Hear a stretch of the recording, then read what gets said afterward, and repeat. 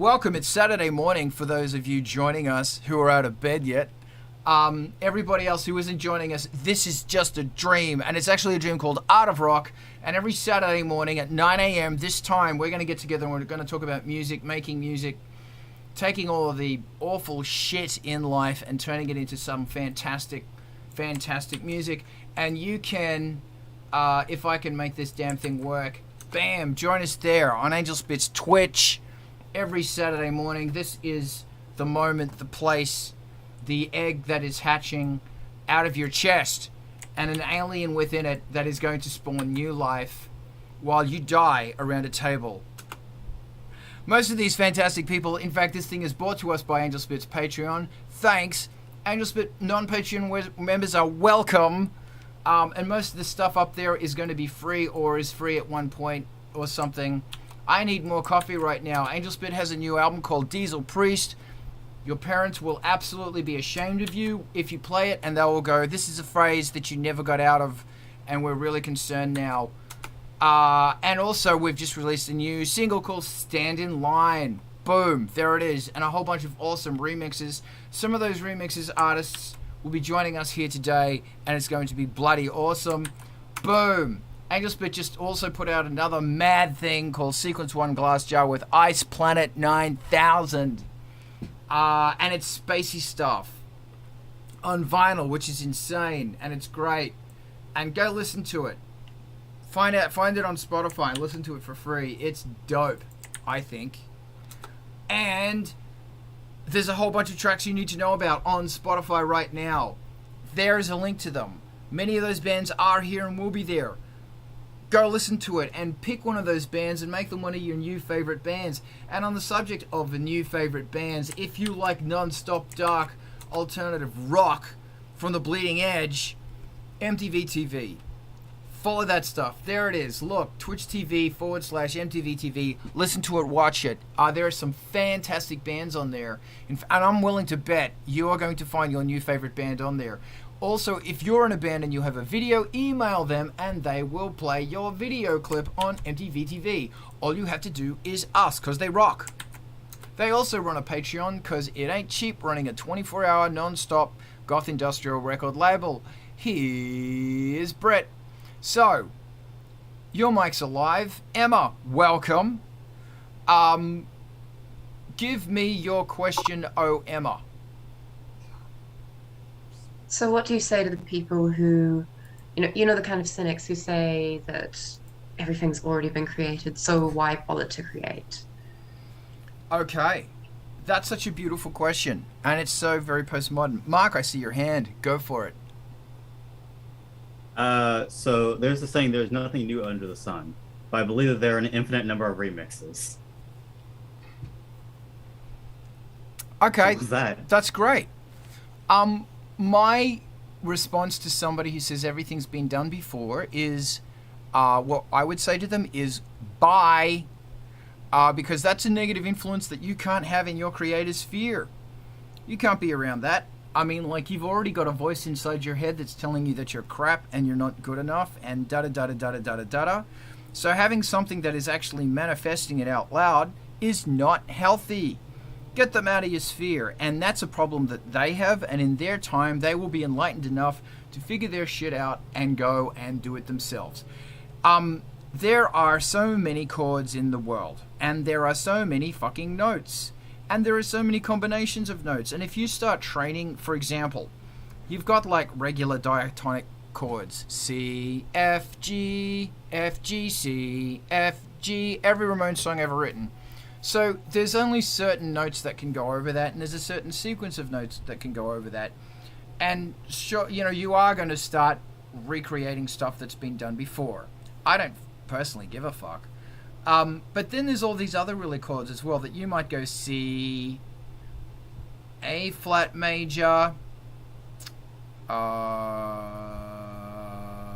F major. So that's a really nice chord because there's stuff that's kind of like moving around inside it. And when you start doing stuff like that, and you start playing a very simple melody over it, wow, it becomes this a beautiful new thing. So experiment. experiment more, have confidence. You can't do anything wrong. There are no rules. The only rule is I like it. That's it. Or there's something about this I like. Dive yourself into it. Mez, give it to me. So 2 points on this. One is that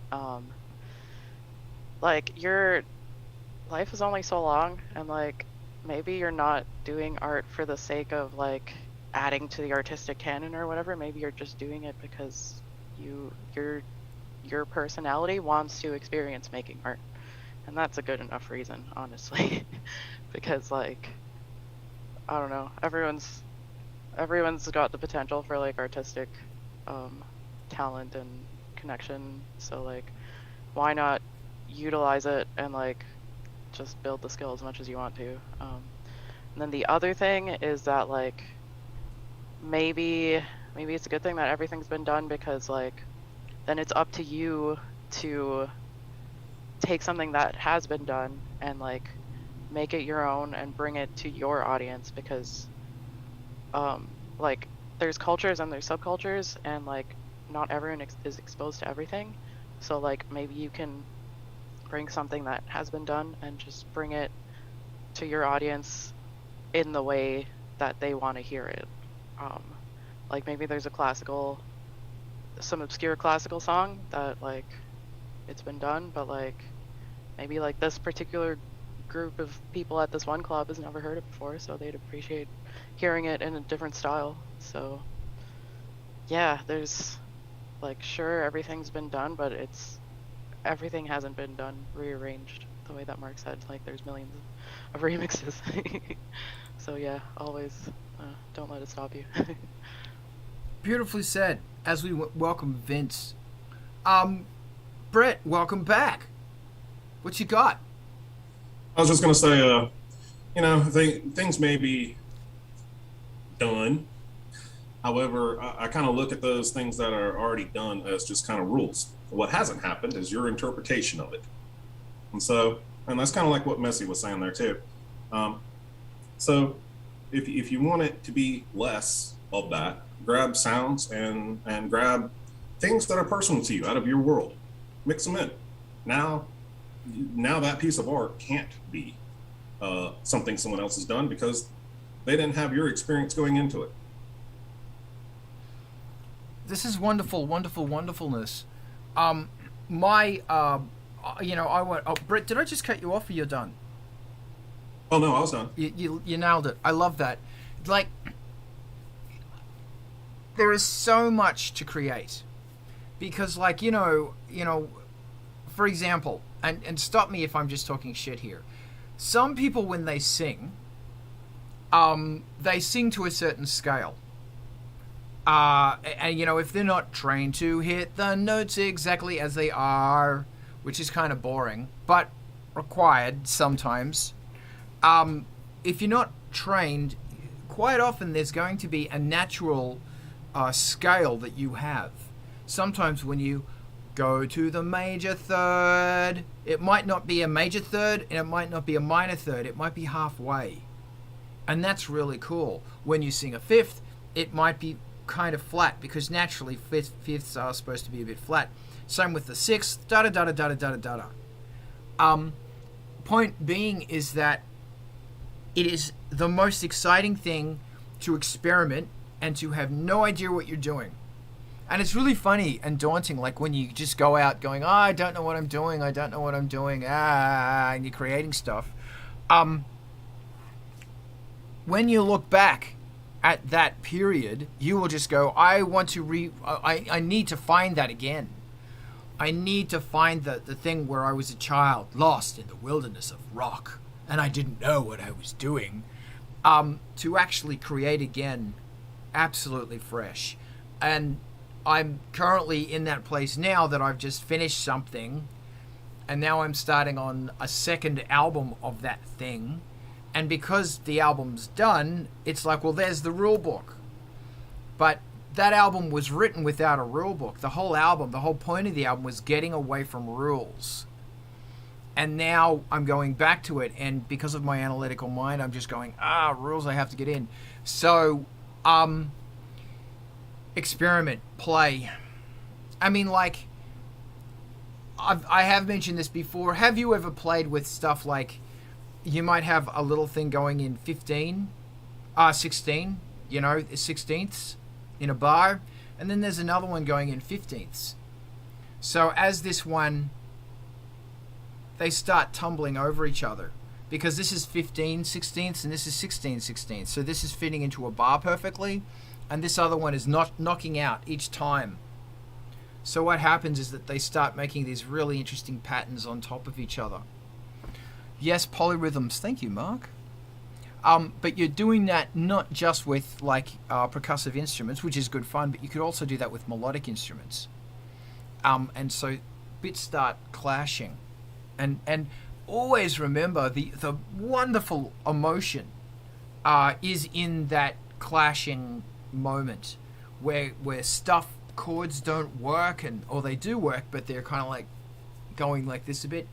That's where there's emotion. You know, that's why Radiohead and Bjork are so incredible. It's because there's so many wild whack chords that make you go like this. And when your brain does that, it's sort of like, it feels. Because life's about not having a fucking clue.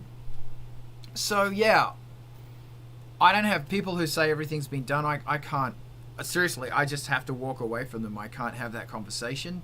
But when that voice is inside my head, I have to reel that in real quick.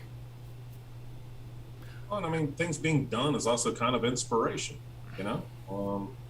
I mean, yeah, it can work negatively if you use it too much as a rule book, but it can also work positively. I mean, you know, for example, horror movies often use scales and whatnot, and that are simply designed to invoke a response, an emotional response, and not necessarily lead you down a melodic path. Thank you. And actually on that, there's a really fantastic scale called a half-whole scale, where you go half a tone, whole tone, half a tone, whole tone. And as an example, if I started on C, this isn't plugged in, it would be C, D flat, E flat, E, F sharp, G sharp, A, B natural, C. That shit is whacked.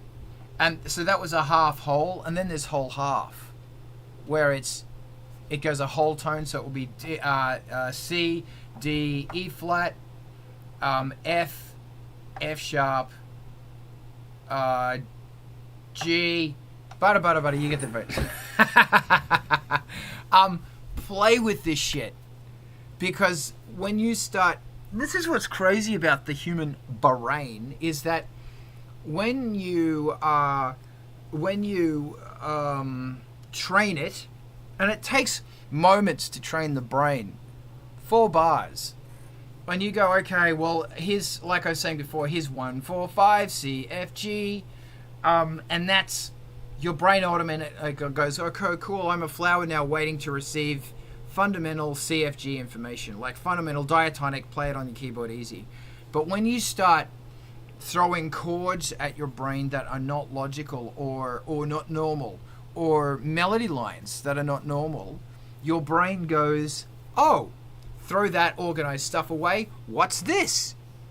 And very quickly, your brain will register really strange, bizarre chords as what is normal and what is expected. So when you start playing with that stuff, it becomes the most lovely, lovely thing. Like it's just wonderful. And when you start singing, my God, I was mentioning Bjork does this. Here's Ivan.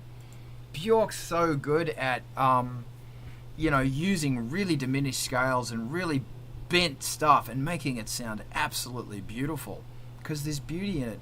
Ivan, welcome. I'm prattling now.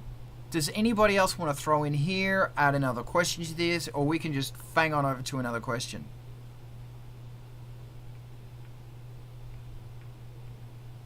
Emma, shoot.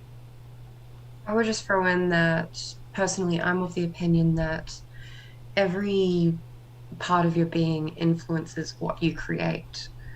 And if that's true, then the question kind of falls apart, because if you're creating it, you're putting something new into it by existing. Absolutely. Absolutely. And that's like really exciting as well. I mean, like, you know, sure, cliches are cliches because they work. But, you know, you might start at something like that and then off you go. Or you might not. Yeah. But I totally agree with that. Okay, Mez, I understand your pain. Does anybody else have another question, for example, they want to throw into the Saturday morning thing? Man, shit's so alive since we moved to Saturday. Like, why is... I don't know. I miss those crazy German guys. They couldn't do Sundays. I mean Saturdays. Alright, give me another question. Come on, let's go.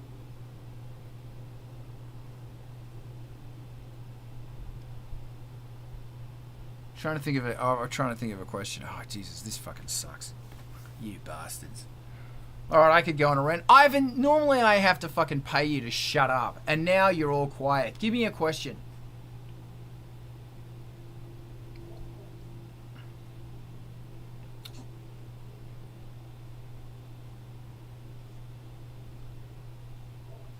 Oh, I can't believe this. Your mic's not working. Why isn't your mic? You're having a conflict, man. You're having a software conflict. I could talk about synthesizers. That's always fun. Because I'm in a rut right now. Hardcore. Okay, Ivan, while you're figuring that out, I'm going to talk about synthesizers. So... as Vince knows, and thank you again, Vince, for guiding me on my journey through distortion. I'm in a rut with synths. I haven't turned on my modular in 4 months or something. I haven't used it. It's really crazy. I'm trying to get away from it. Everything, as everybody knows. I've written the greatest song in the world, by the way. It's amazing. It's just all Emaxes, old samplers, and distortion pedals, and I'm having so much fun. But it's really interesting that I'm just having so much trouble getting back into the modular synth, and you know, I just don't know why that is. Maybe it's just because I'm a wanker. I don't know, man. It's really interesting that I don't know, I'm just getting really tired of a certain bank of sounds, like a certain thing. That's why I'm loving distortion, is that you play a chord, then you distort that chord, and it doesn't sound like the chord anymore, it sounds like this wall. Yeah. And all of the harmonics start smashing into each other. And that's fascinating to me. Like, that's so... and all the guitarists are going, yeah, like, I know, but give me a break. It's just the most wonderful thing. And it's funny, man. I listen to a lot of 70s, because I do, and a lot of 70s synth stuff, and it's like, that stuff is distorted. That beautiful fat sound, tape distortion, or they ran it through a rat or something. But man, it's just chunky. It's chunky gorgeous. But I don't know, I'm having this issue with synthesizers right now, and I'm not feeling it. I'm on a sound quest. I'm really inspired by, like, okay, so I'm wanting to experiment with the early days of sampling, and I'm talking late 70s. I'm talking like Fairlight has just come out, and what were they doing with it? Like, what were they, instead of going but what, you know, because like there's this fantastic thing where Jean-Michel Jarre recorded a ping pong game, and he turned it into a beat. He dropped it, and he turned it into a beat. So it's this deep pulsating. It's just absolutely lovely. But I'm just sort of lost as far as like chords and stuff, because I don't know, man. I'm trying to. It's really fun when you sample a piece of metal, I mentioned this before, because like most instruments, they have a really straight harmonic.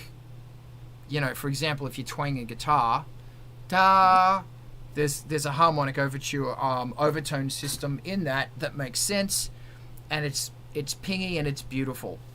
But when you hit a piece of metal, it's not. There's all this whack shit in there, and that whack shit becomes so amazing and so really, really beautiful that it's emotive, because I don't know what the hell it's doing. It's just this wonderful emotion. So I should get into sampling. I just answered my question. Anybody want to throw in on that? I've gone back to some old stuff too, actually. Tell me more. Yeah, so what I've been doing is taking drum beats that are silent, but I'm using them to control the output of a synthesizer. So when I hit a note, you know, it's actually playing that drum beat at the same time, and I'm using that in the background. And what I'm liking about it is that it helps keep the beat of the song a little bit, but because it's a drum beat, it doesn't sound like there's a human, or it gives it almost a modular sound in a sense, you know, except obviously it's not as flexible as a modular. But the nice thing about it is that sound is able to dance in and out of the track itself, and it adds a layer of emotiveness to it. And that's that I've been doing that with a song that I've inspired. The vocals were kind of inspired by Leonard Cohen, and yeah, so I'm mixing those two together right now. That's great. Tell me more about this silent drum beat. So literally, the silent drum beat is, so originally it wasn't silent. You know, what I did is, I designed the drum beat so I could listen to it, but it was too much for the song. You know, I have a tendency to write pretty aggressive beats. So what I did is I just stripped out all the sounds of the beat and kept the MIDI. So it's actually, it's actually still nailing on MIDI notes. And so I've shifted those notes into the correct key, even though some of them don't match. You know, so like a hi-hat, for example, is whatever note.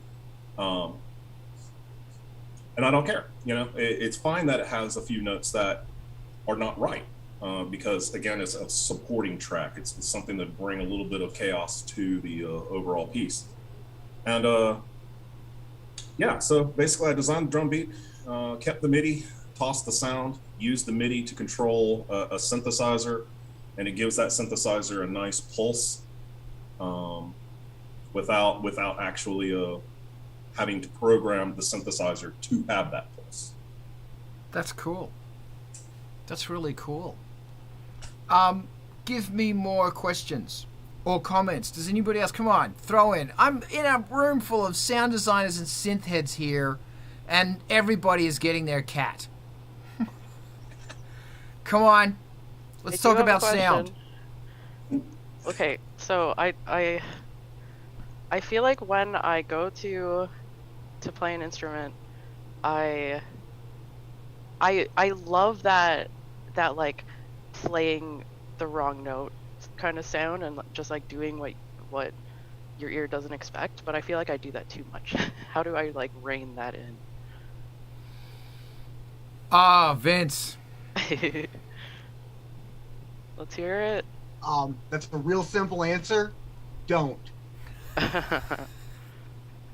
Seriously, because it's in those moments you'll find things that your wrong notes that you're trying to play end up being more of a right note with a backing track.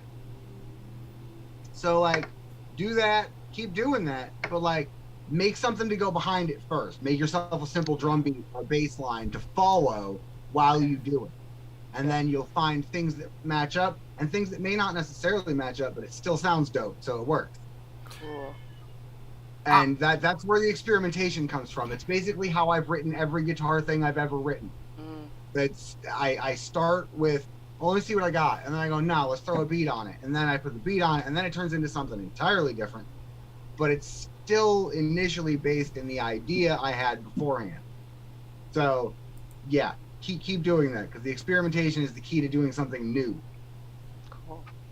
Thank you. I will say, welcome, Eric. I will say that, okay, so one of the most wonderful wrong notes, accidental wrong notes, I think, in fucking rock and roll. Do you know the song by The Church, Under the Milky Way Tonight? Of course, because you're a bunch of goths. Dung, dung, da da da dung, dung, da da da da dung, dung, da da da dung. There's a fucking, he's playing a G and he's hitting an F sharp. It's a wrong note. But oh my God, it sounds so good. Why? Why does it sound so good? Sure, I could go into mathematically why it sounds so good, but that doesn't fucking matter. The point is that it sounds so good. It does something to your heart. You feel a shift inside your heart. And that's the wrong fucking note. And I'm telling you, I really doubt that guy. I'm sure he's a brilliant musician, and he is. But when he was like 20-something, depressed in Brisbane, I have a feeling he stumbled onto that one by total random. Oh, fuck, that's cool. So that is a fantastic thing. I'm going to throw it to Eric, and then I'm going to throw it to Emma. Eric, go. You're looking good, by the way. Hey, I'm glad I could be... Oh, different Eric. Sorry, different Eric. Too many Erics. Go, Eric. Thanks, Eric. There's no such thing as a wrong note in your heart, only a wrong note in music theory. And I 100% believe that. That's all I wanted to say. Thank you. I'll throw it to Emma, then I'll throw it to you, Eric. Welcome again, Eric. Emma. I was going to say something quite similar, that I don't really think of things as wrong notes. I think of things as unconventional. And you can have something a bit too unconventional where it just sounds not good, but it's good to have a little bit of unconvention in everything you do, or at least that's what I like. I absolutely agree. I'll throw it to Eric, then I'll throw it to Ivan. My theory is that's the only right note. Every other note is the wrong note. For sure. Absolutely. I want to talk about alternative tunings for some reason, or tunings. Emma, do you say tune or tune? I can't remember. Okay, would you like a tin of tuna fish? Tuna. Monday. What's the day that comes after Monday? Tuesday. That's right. It's Tuesday. It's tuning. Is that right? Yeah, we are correct. Tuning. It's tuning. It's not tuning, and it's not Okay. tuna, and it's not Tuna. Tuesday. Fucking idiots. Learn. Tuna sounds a bit posh. It does. It's tuna. Ivan. All right. Julius is here. Ivan, were you going to say something? Yeah, I'm going to go back to something I learned in food service. It's not, it didn't apply it to music. It's not the wrong note unless it's the wrong note. Because you can't go that far. Also, can you hear me now? Yeah, I can hear you. All right, good. And I almost had my voice back today. What did you do? You trashed your voice, you little punk rocker. We were out at a show last night. Wow. What And, show? it was Choke Chain with some opening bands. Great. And Choke Chain was quite good.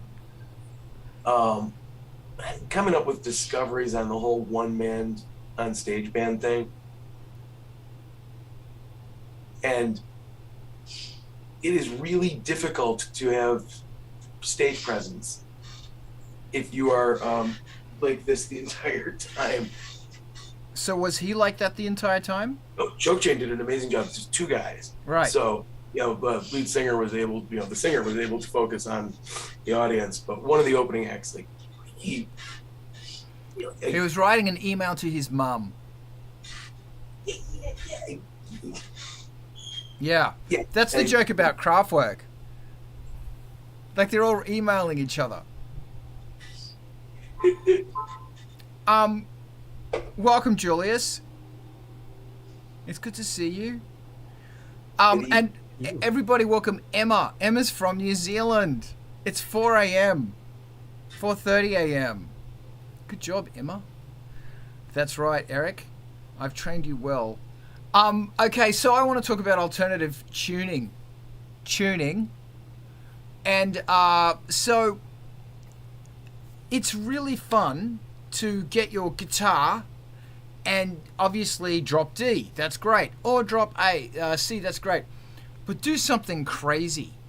You can go the Sonic Youth path, and you can do a whole bunch of different tunings, and it's fantastic, and that's great. Or you can do something whack where you can take this string here and not throw it between, make it a quarter note, not a half note, a quarter note. So it's not F and it's not F sharp, it's halfway. Eric, hit me with your wisdom. A couple things I wanted to bring up I thought would be interesting is Kurt Cobain would record one chord structure and note structure for the album, and then as he did it live, he would play it like in a more complicated, more difficult, like the hardest way to play like the power chords. He would play them in a very difficult way. And then I forgot what the other one was. It was when you have fretless guitars and stuff like that, it seems like it takes that limitation and allows you to kind of experiment between the notes. And I remember talking to David J about that and saying, I don't know what note that is. It's just right here. And it may not be a note, per se, that would fit to maybe the piano scale or whatever. Non-fretted instruments are the most lovely, lovely thing. Because you can do stuff like grab it and twist it that way while keeping one note, and it's beautiful. What you can do is just stunning. And the way you can slide into it, that's inspiring. Does anybody else want to throw in on this? I'm going to throw it back to Eric. Julius, this is where you jump in with a question. Can you hear me? Good question. That's my question. No, I don't have one today, but I will think of one. God, what's the good of you? Yeah, so alternative pitching. And if you don't, also, when you're doing your programming your synths, use lots of pitch bend. Use loads of it. Like, if the bass line's going daga daga daga daga daga daga daga daga, bend that fucker. Daga daga daga daga daga daga daga daga daga. And don't bend it up to a note, bend it halfway to the note. Just throw it out a little bit. It's all about tension. It's what you want. None of us write nice music. We're awful people who write awful music for awful people. And we're angry and dark while we're stroking our kittens. Somebody throw in quickly. New band name, Stroking Our Kittens. Oh, God. Yeah, that's great. Well, don't, Julius, don't. I just know where this is going to go. So, does anybody else have another question? We could talk about live performance or sequencing. Let's talk. Oh, sorry. No, go. So we've been playing shows live since we've been on here. I haven't been on here for like 6 months, but we've been playing a lot of shows. We have 2 more coming up, 2 people. So the way we're set up is I do backing tracks on a DJ controller, and then we sing effects going through the effects processor, but we also have the keyboards and the percussion live, and we're not syncing any of it together. We're just playing it all live based on whatever I play on the DJ controller. I know there's a lot of different ways people can kind of do this stuff, but it felt like, like what Ivan was talking about, presence with Choke Chain, and have 1 or 2 people on stage, is I feel like having that control over the backing track with the DJ controller makes it more exciting and interesting. I don't know if it works for the crowd, but at least for us, playing and having a lot of fun with it. I don't know how other people kind of view that same thing or their approach to that. Okay, this is really interesting. Like the whole idea of using a sequencer controller to go, okay, well, instead of it playing that intro for 8 bars, I'm going to go for 16 bars. For some people, that's great, and depending on the form of music you're into, that's great.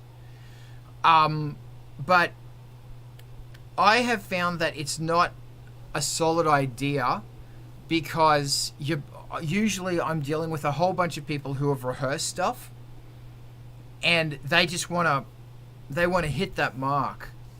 And I think depending on the style of music, like if it's more like DJ orientated, it could really work. I mean, like they're two really great, you know, things. And if you're using something that is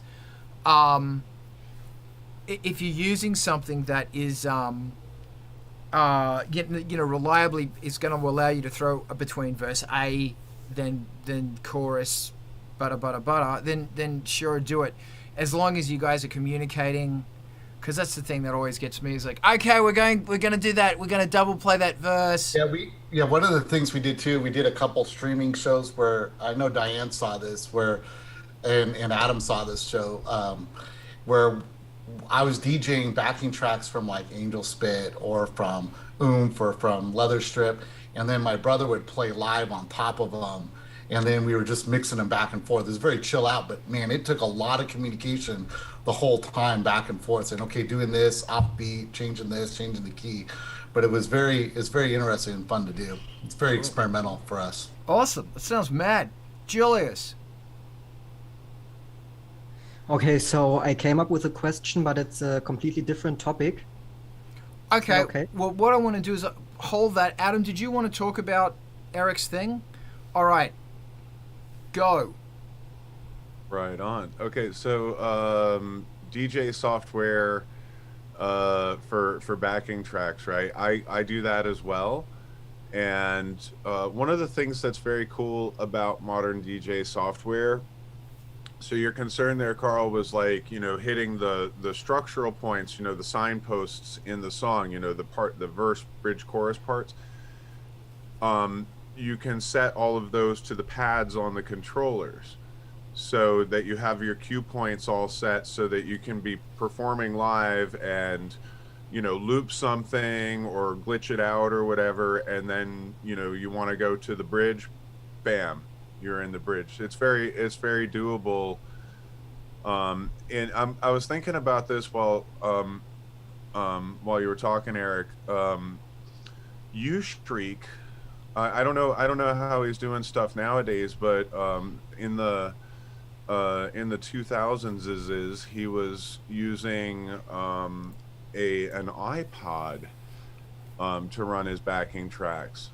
Serato and stuff like that wasn't nearly as advanced. The DJ software wasn't advanced. There were definitely a lot of groups that were using either DAT or CD backing, you know, CD being the sort of least reliable of the lot. We got all the backing tracks on the phone just in case the controller goes down. Yeah, that's always going to be the key when you're doing things with backing tracks, is to have that backup. It was the same way back in the day with the floppy disks, loading them into the keyboards. If you didn't have a backup, it was gone. Can I throw in? So my only issue about this is that, and it's great, it's so good, and if you haven't experimented with this, please do. I find it really difficult doing this in a band situation because it's like communicating to everybody, we're going to go around again, and stuff like that is hard if you've got a drummer or a guitarist and they're like bulls in the gate, bulls in the field, bulls in my mum's pants. What's the saying? Bulls in China Eric's shop. pants. China shop. Bulls in a China shop. Now that means you're going crazy. But if they're like raring to go, if they're a horse at the gate. That's better. Balls to the wall? Yeah, but that's also similar.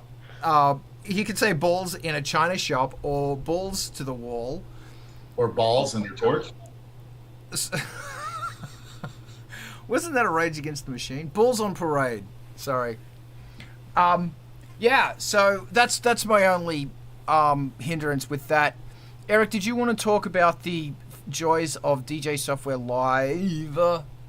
Okay, go. Then I'm going to throw it to Julius because he's got a question. Yeah, I just wanted to throw out there.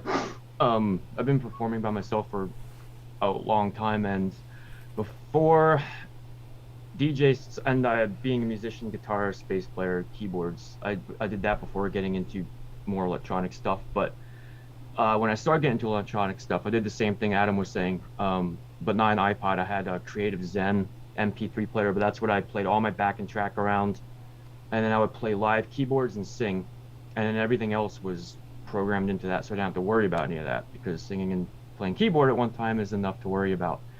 So that's how I did that. And then with a live band, as you were mentioning, I wrote a lot of songs for like a live setting and got a band together. So I did the same thing, but like just omitted the guitar and like bass and keyboards and vocals from that. I pretty much just had drum beats and whatever extra stuff that was going on, and then just gave the band members complete freedom to do whatever they want, as long as it was in the structure of where that song was going. It was 3.5 minutes long. It's like, here's the beat and how the song's going, you know, like you were saying, like just repeating stuff or going over it. We didn't do that, but like, hey, if you want to change something up in this chorus, if you want to change this up, if you want to do, like, as long as it fits the song, it was cool. It was experimental. It was a lot of fun, and it stuck. So it was kind of like it stuck to the structure, but still gave creative force as to what they wanted to do within the song. One of the things that we were able to do with that is we looped the end. We end our live sets with Papa Lied Itself's "Ich bin ein Ausländer" cover, and if the crowd's like super into it, we'll loop it 2 or 3 or 4 more times. And if they're not into a song, sometimes we'll look at each other and we're like, we're cutting this one short, and it gives us the flexibility to do some of that. Awesome. Thank you. I'm going to throw this to Julius in a second, but beforehand I will say somebody, Eric, you mentioned the Ensoniq EPS 16 and the 16 Plus. Lux Voltaire, who's an industrial artist who you got to know about, he's from Australia. Lux actually started a side project called Ensoniq Youth. And it was like one of the real first like electronic punk bands I heard. Fucking brilliant. That guy's a genius. Lux Voltaire. I gotta look that. I like how on the 16 and the Plus you could overload everything because you fill up the full memory with the floppies, and you start hitting those buttons on the left, and you never know what's gonna happen on those buttons, and that's where you get that gold comes out of it. Gold nuggets. Julius, what you got? Okay, so I'd love to hear your experiences giving the following situations. You wrote a killer drum line, you wrote a killer bass line, and then it comes to the melody. What I do, I mostly use just a piano or something, just a very generic sound. And then you have written this, you have written this killer melody, and you are looking for the right sound, for the sound that matches the melody and your drums and your bass as well. What do you do in such a situation? Is there like a go-to preset for you, or what do you do? Because I really I struggle with that actually, to find the right synthesizer sounds. Can I ask you, do you have a synthesizer or a soft synth that's got knobs on it? I got plugins. Okay. If it's possible, I mean, like, and those plugins have knobs, whatever sound you hear in your head, that's, try and achieve that. And that'll start you on the path, and by the time you put through the synthesizer, it's going to sound completely different. But I want to throw this over to Adam, because I'd love to hear what you have to say. Then I'd love to hear what Eric has to say. This is such a good question, and there's so many amazing people who can answer it. I relate very, very strongly to what Carl just said about hearing the sound in your head and trying to achieve it. Part of the way that I go about accomplishing that is I will run the sequence through a preset, then change the preset, and change the just keep going through.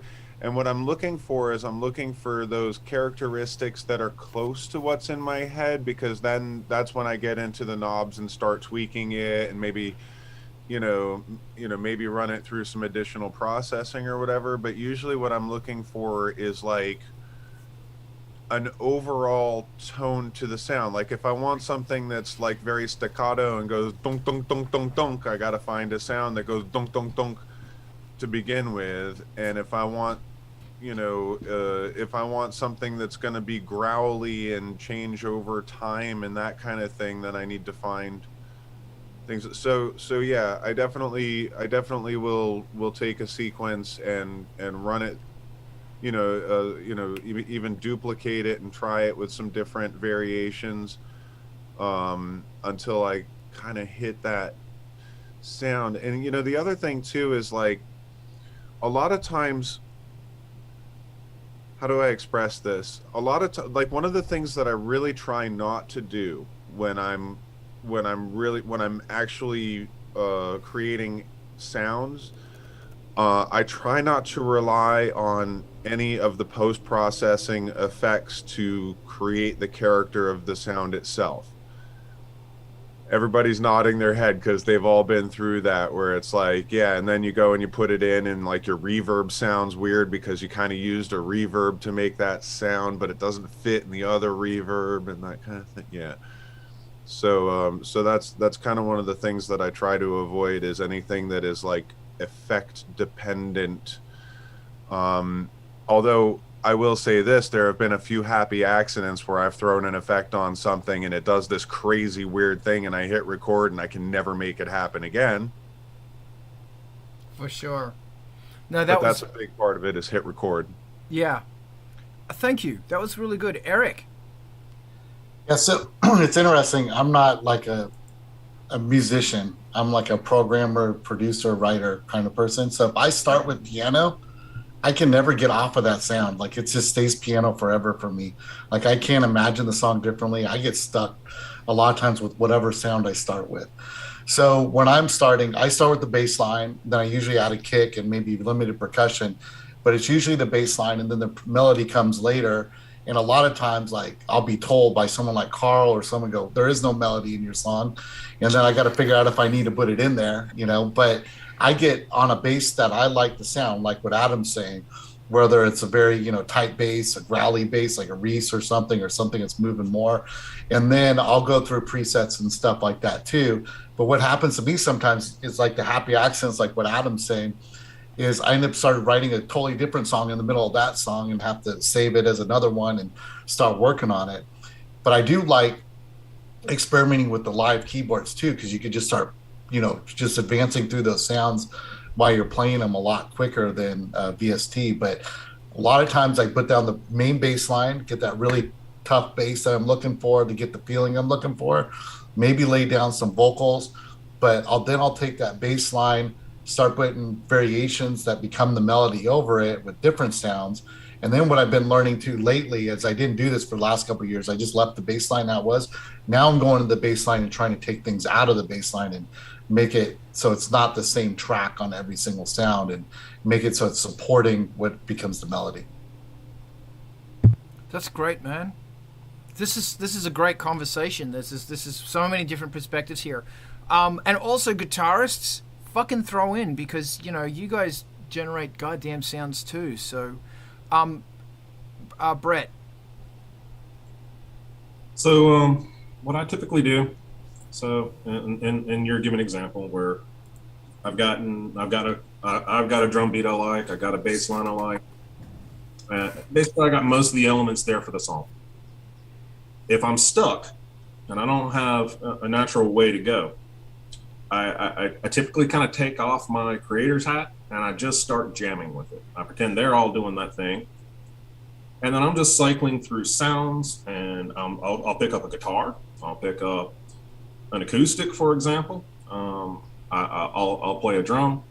I'll experiment with a lot of different vocalizations. And that it would be one of the tweaks that influences how I jam.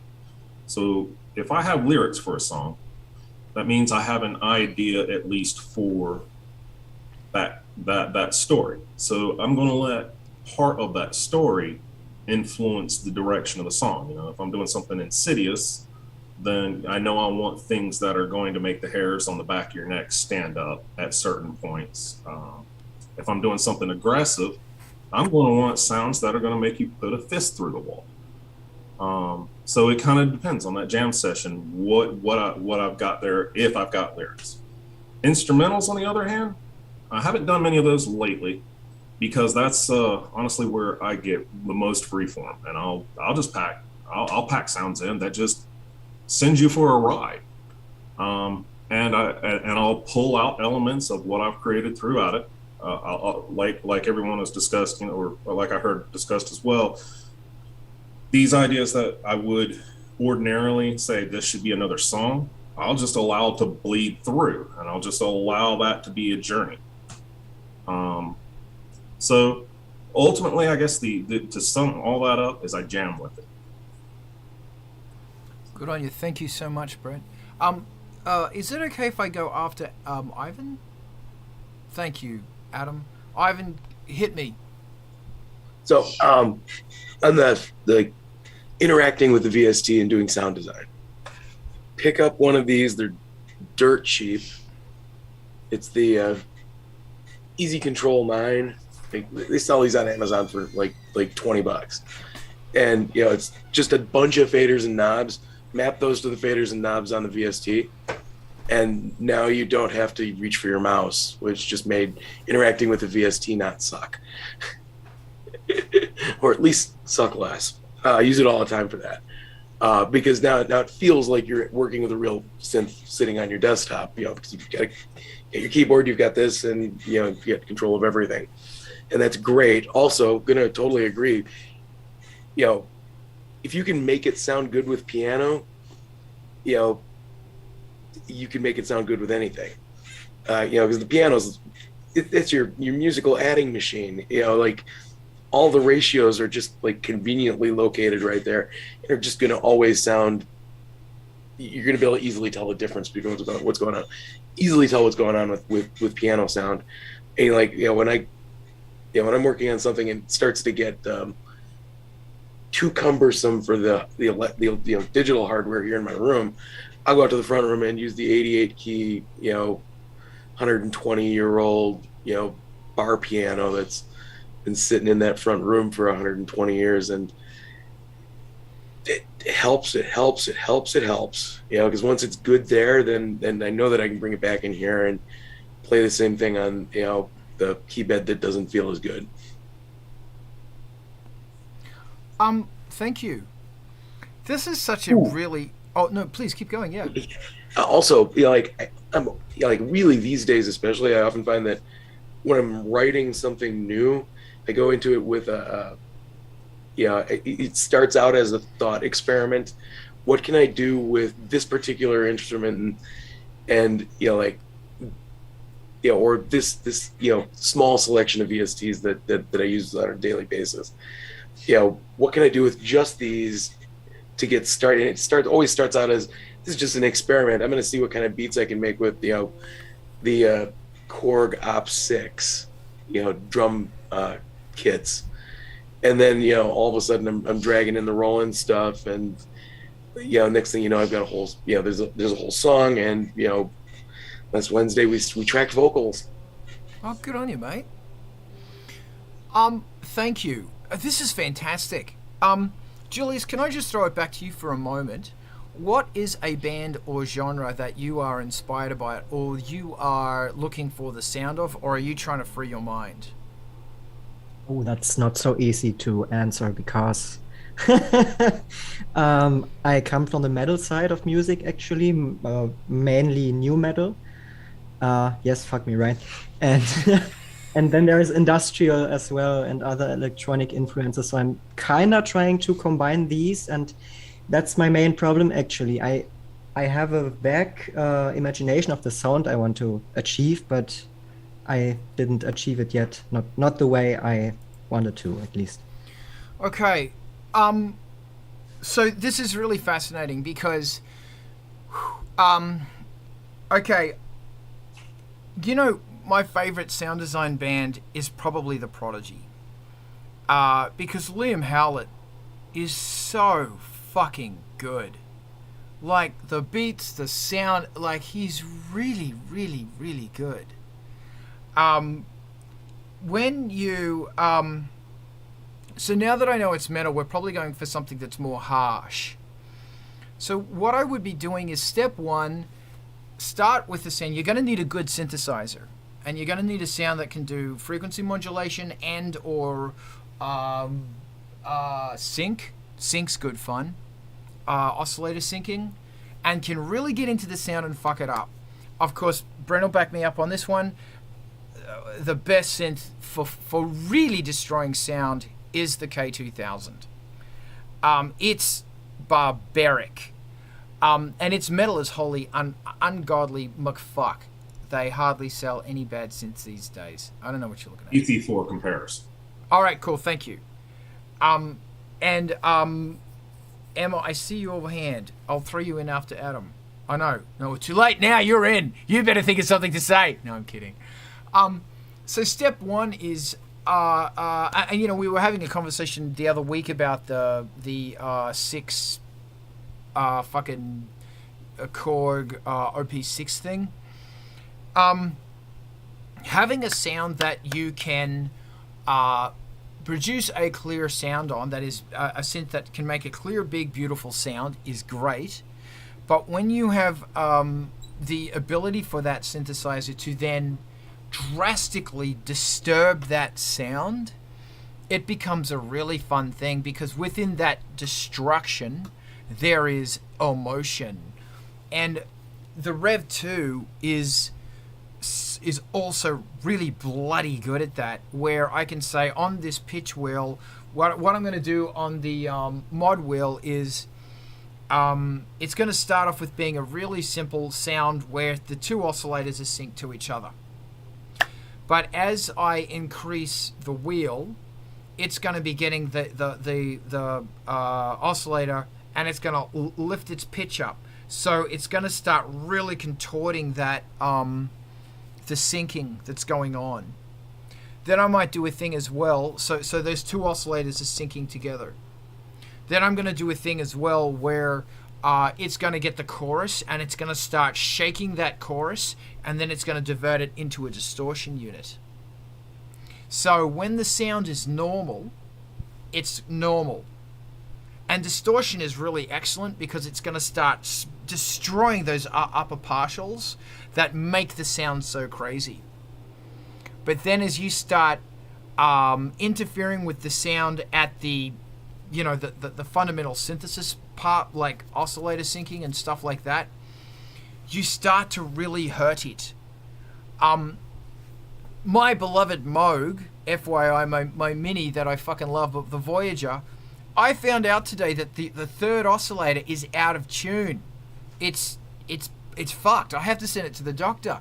And I was going over it going, I think it's been out of tune for years. And it's fascinating. And there's a reason for this, is that if you have like a synth that you can actually go in there and change the shape of the octave. So instead of it being dum dum, it's not quite an octave. It's ever so much more, like a quarter tone more. So when you're playing a scale, one of the oscillators is going out of tune ever so slightly. Then when you start distorting that stuff, and when you start syncing to that stuff, you start creating some glorious mayhem. I totally agree about the thing about effects, and sometimes effects are fantastic because a part of the sound is you might run it through a bit crusher or something like that. So, you know, the sound, the melody might go dung dung dung dung dung dung dung dung dung dung, nice and simple. But it might go gung gung gung gung gung gung gung gung gung gung, like that. So not only are you establishing a really simple melody, but as it's coming in, the sound is being shredded. Because the cool thing, it's like horror. You don't have to show, hey everybody, this is what the alien looks like. Oh, isn't it scary? Show it right at the end. Because you've seen its saliva. You've seen how when it got born, it popped out of a guy's chest. You're seeing it picking the crew off one by one. You're seeing its shadow. Then you see its teeth. Sound design's the same. That when you've got that melody going and it's a really simple melody, you don't have to state it obviously. Get a sound that is complicated enough to rip the fucking thing apart. And so play with frequency modulation, that's FM synthesis. Play with syncing, that is getting one oscillator and hard syncing it to the other one. So every time this one clocks on, this one will also clock on. Play with, and then play with distorting the sound. Realize that there are no rules, and realize your job is to hurt the machine. Because these machines are designed to be hurt, yeah. They want to be hurt. Because the time is coming when they're going to hurt us. So give them a reason to create the T1000. Give them a reason to want to hunt us down in Judgment Day and destroy us all. Because what fucking Breitenschatz did on that track hurt the machines. You just write a new song live right there? Yeah. So become Sean Connor. Oh no, wrong guy. Don Connor. Thank you. That was a long spiel. I apologize. Adam, you've got that hoodie on and it does it for me. Adam, there's a little mustache under that hoodie that's waiting for me. Oh yeah, Adam. All right, the floor is yours. Tease off my hoodie for you so you can see my Gilligan hat here. So kind of getting back to the original question on like actually finding the sounds to start with, I had a couple of thoughts. Like I use Reason, and so there are these things called refills. And if you go into the Reason forums and stuff, people will post their sound designs and that kind of thing, and you can download the refills that they create with their patches and all that kind of stuff. And so that's a good way to find some sound experiments that other people have messed with and they're not sure what to do with. Like it's kind of like, you know, finding cool parts that you don't really know what you're going to do with yet. And I'm sure that similar things exist for the other soft synths and that kind of thing, like finding the presets that sound designers have made as opposed to the presets that come with the thing. And that's one thing.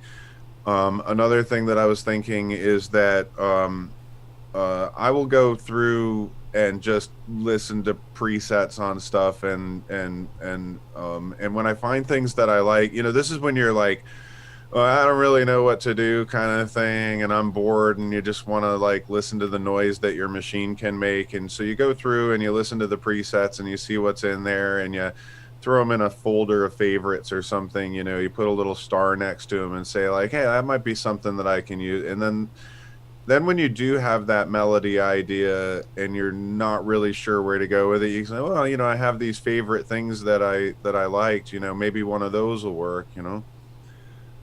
The other thing too is, you know, so Carl was talking a lot about, you know, that sort of modulating the sounds as they're going, you know, changing the sounds over time.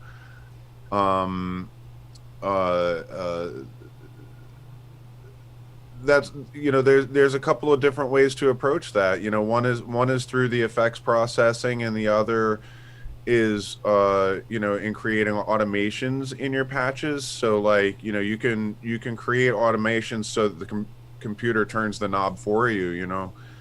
Once you you know, if you're kind of like, yeah, I like it here and I want it to turn to here, you know, that's a way to do it too. And the other thing that I was thinking of, especially, you know, since you had said about the nu metal thing, you know, there's a lot of tutorials out there on how did they get this sound.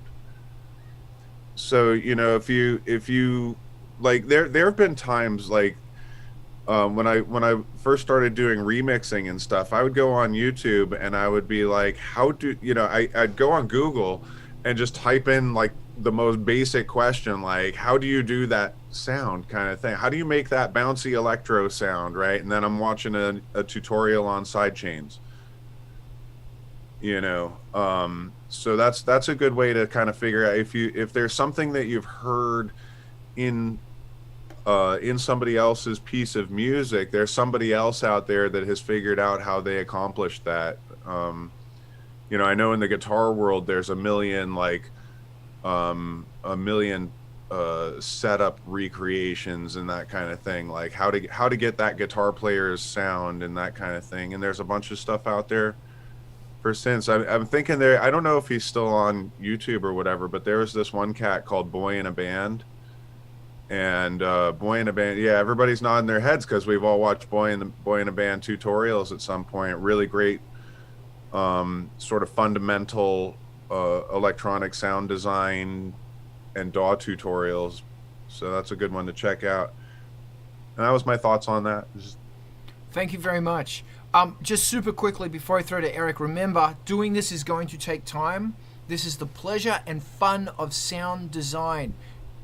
Give it a day, man. Have fun with it. And remember, like Bowie's the bang, bang, bang, bang, bang, bang, that main synth sound in Ashes to Ashes by Bowie is a piano with one, it was going through a phaser, and one of the sides of the phaser was broken. So it was an accidental thing. FYI. Eric! Carol! Couple thoughts, Julius. Maybe instead of trying to get something, if you can't think of it, the sound in your head or the instrument you want for that part, fuck around and distort and do stuff with the instruments you already have, because that may inspire you to have a different sound in your head for something else that may happen. So say you have a clean bass line, or you have whatever, throw some distortion on it, or a phaser, or do something different with your song, because you don't have to save anything. So, like, you know, just exit back out and keep your original, but it might inspire you maybe for a different sound in your head or a different instrument. And then the other thing is, if you do have a specific sound in your head you want to get out, maybe it's not the right instrument you're looking for. So like maybe you have like this synth sound in your head, but instead of like looking through synths in your folders, maybe try a piano or another bass up octaves higher that might inspire something else too. Because it's like Carl was saying, like just have fun with it. And instead of I have a problem sometimes too with doing that. Like this is exact, I want this sound, and then I try to find that exact sound. But then sometimes if I put it away for a day or two and come back to it, that sound's still there, but like I go through different instruments and then it's like, oh, the sound I was hearing was this with distortion on it. It wasn't necessarily the synthesizer. So maybe just try to go about it different pathways like that. It helps me out sometimes if I can't get my thoughts out properly. Awesome. Thank you. Alex. So the question was, how do I get the sounds that I hear in my head correctly? Yeah. Correct? Yeah, I think it's good to start by learning one synthesizer really well. So you pick one VST or one hardware synthesizer and only do sound design on that one for the, I don't know, for a month, a year, whatever. And try to pick certain sections and try to do the most you can with that section. And this way you sort of get into the ballpark of it. Also, I think a good synthesizer, sound design tutorial also helps. At least it did for me.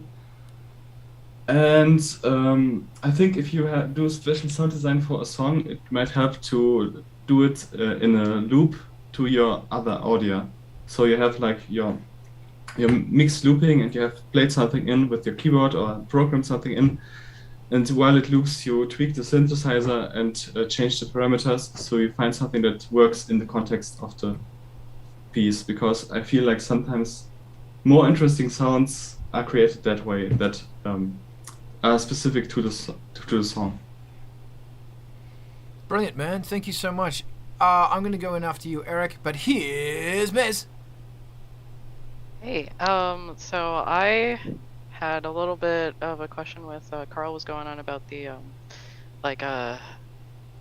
how to mess up a sound and how to distort it, and you were saying like have it go like da da da da da da da da da da da da da. So like how I know, I think Adam touched on it a bit. He was saying that like with automations you can do it so it only distorts at certain parts, but is that the only way? Is that the best way?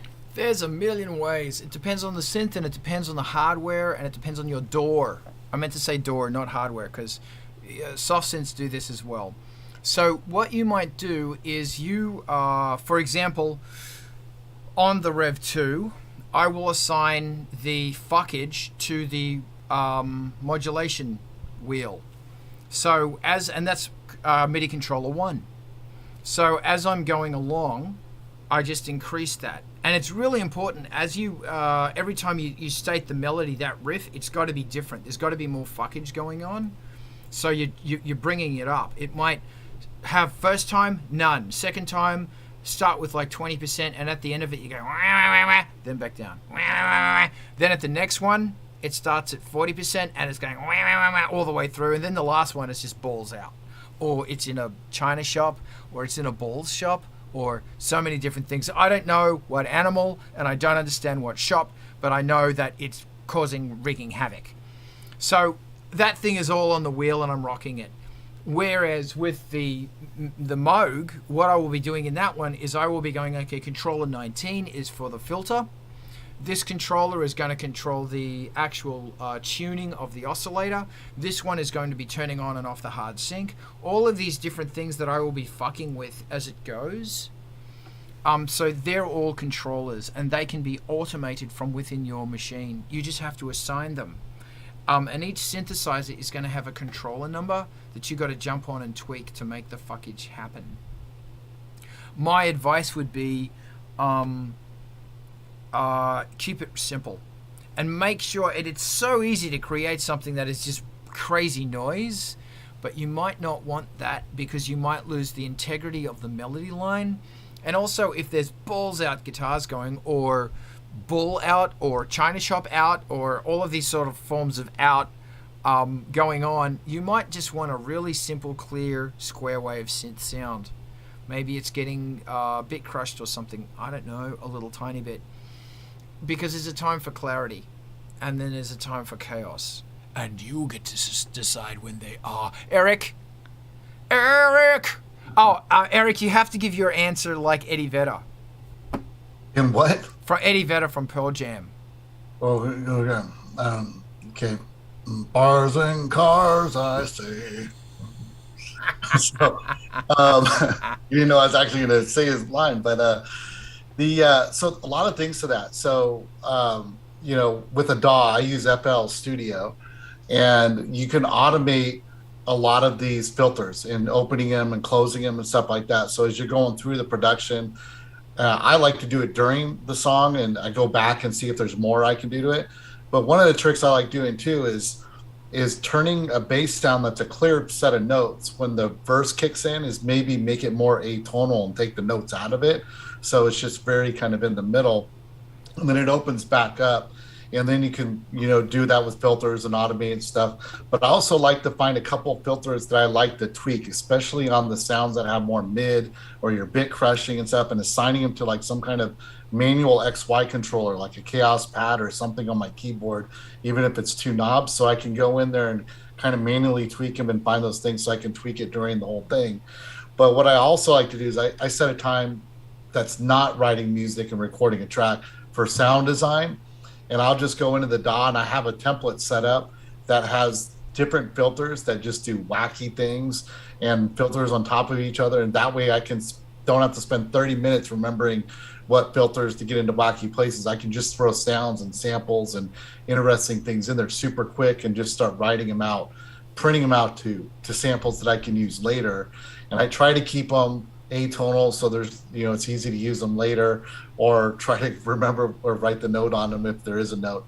But a lot of it is like Serum is crazy, like used not for glitch in sounds, but you could do so much glitching with Serum as a VST, and there's so many crazy things you could do that a lot of people don't do. There's not a lot of videos on it, but if you really take time to kind of just dive into that stuff and do some weird things with just that VST by itself, the most popular one, there is some crazy sounds you can get out of that. And then once you export it out of that, you can do even more to it, and then you chop it up and start moving all the pieces around and land them in the right on the 16ths and the 8ths, and maybe triplets in some cases to get a little bit more effect on them. Brilliant. Thank you, man. Emma, what you got? Hey. Oh, very good, Eric. Emma. All I have to say is that fuckage, what a good word. Yes. Belongs in a dictionary. It does. Fuckage, and apply fuckage to your sound and sound designs always. Julius! Hi. Yeah, what I did so far to design my sounds, I caught myself layering sounds a lot, and it sometimes sounded a little bit like overloaded, you can say. So, what I actually want to try is to achieve a minimalistic sound, if you know what I mean. And maybe you have some pro tips for me on how to achieve that without layering the fuck out of everything. Eric?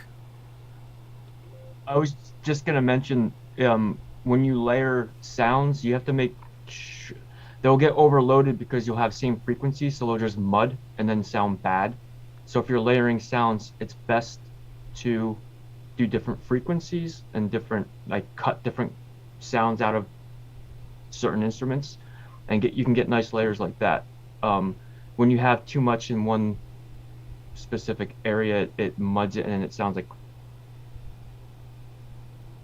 Plus, if you want to do minimal, is awesome, but the problem with that with soundscaping is it's harder. So like if you soundscape, it's better to have multiple different sounds going on because that's what you're building up. You're building up a big atmosphere for it. But then you can also throw different distortions and different things on different instruments that you're doing it together. So like you'll get like a full nice soundscape for what you're going for. Thank you so much. Square waves are good, but here's Adam. So I have a saying that I like to throw around, which is good minimal is hard to do. Doing minimal compositions, it's all about your soundscapes. It's all about like the environment that you're creating for the sounds.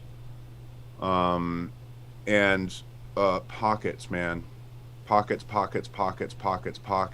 You really have to let I say this. Every sound has to have its space, and I don't just mean pockets like in the funk, like letting the instruments have their space among the other instruments, but in the frequencies too.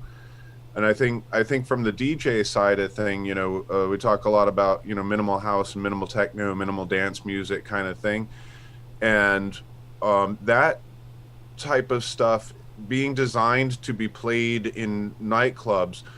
Like the reason that we like minimal is in huge rooms, because huge rooms have a lot of echo naturally. They have a lot of reverb, they have a lot of delay.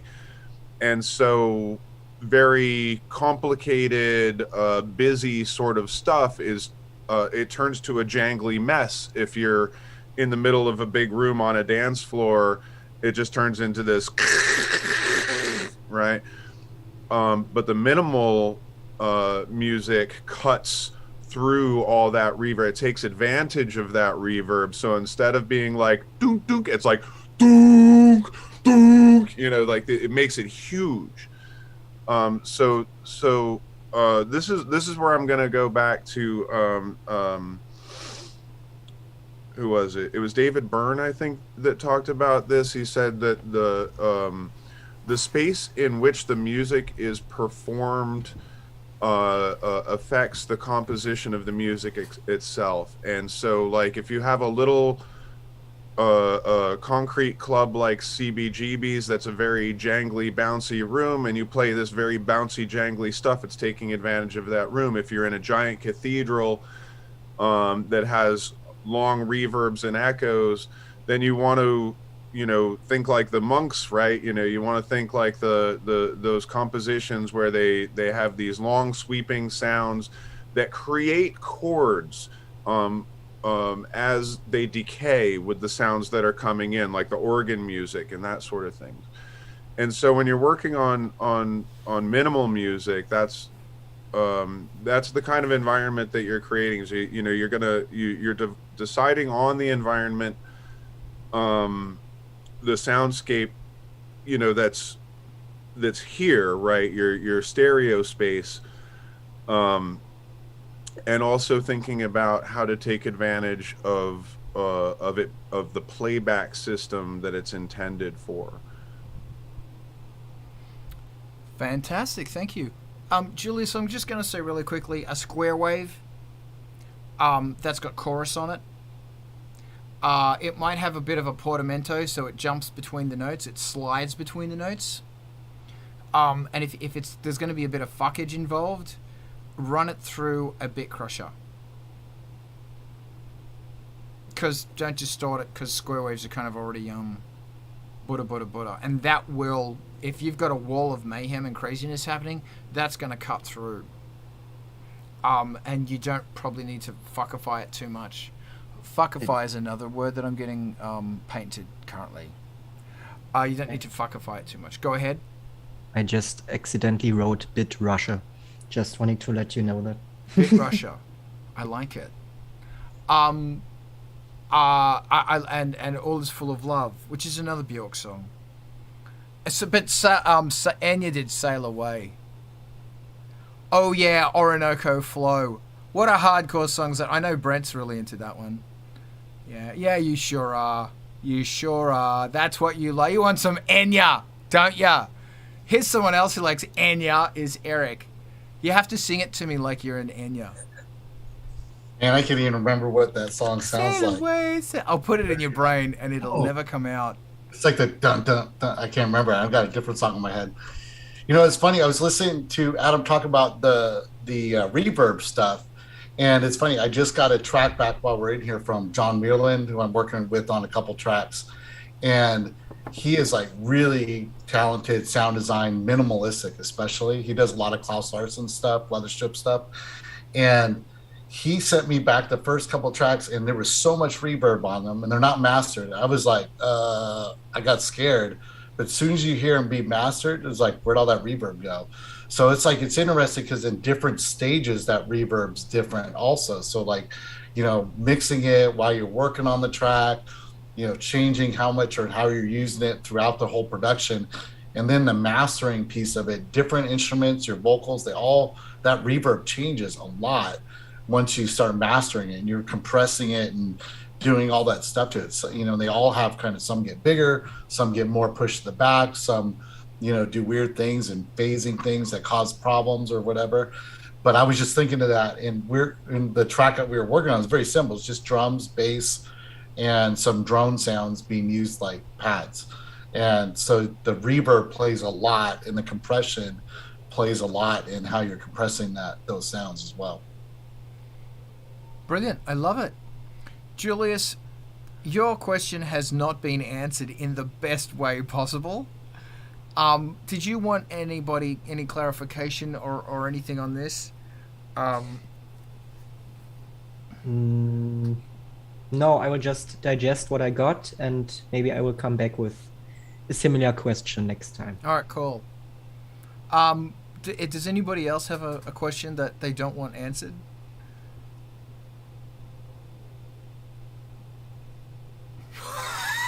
Everyone's actually thinking about this one. How big is the moon? 1/10 the size of the Earth. How do I sit still? It's 2,400 miles. That would be the diameter. No, that would be the circumference. That can't be right. All right, we won't talk about the moon, because then we'll get into the moon landing. And then we'll get into, was it 240 something? 240. No, 137, 237. And there's been so many good movies about the moon in the last year, like TV shows and stuff. If you're into all that, sci-fi has been booming on TV and movies last couple of years. So my question regarding the moon, I'm picking up what you're putting down. I'm wiping up what you're spilling, Eric. I'm mopping up what you're smiting.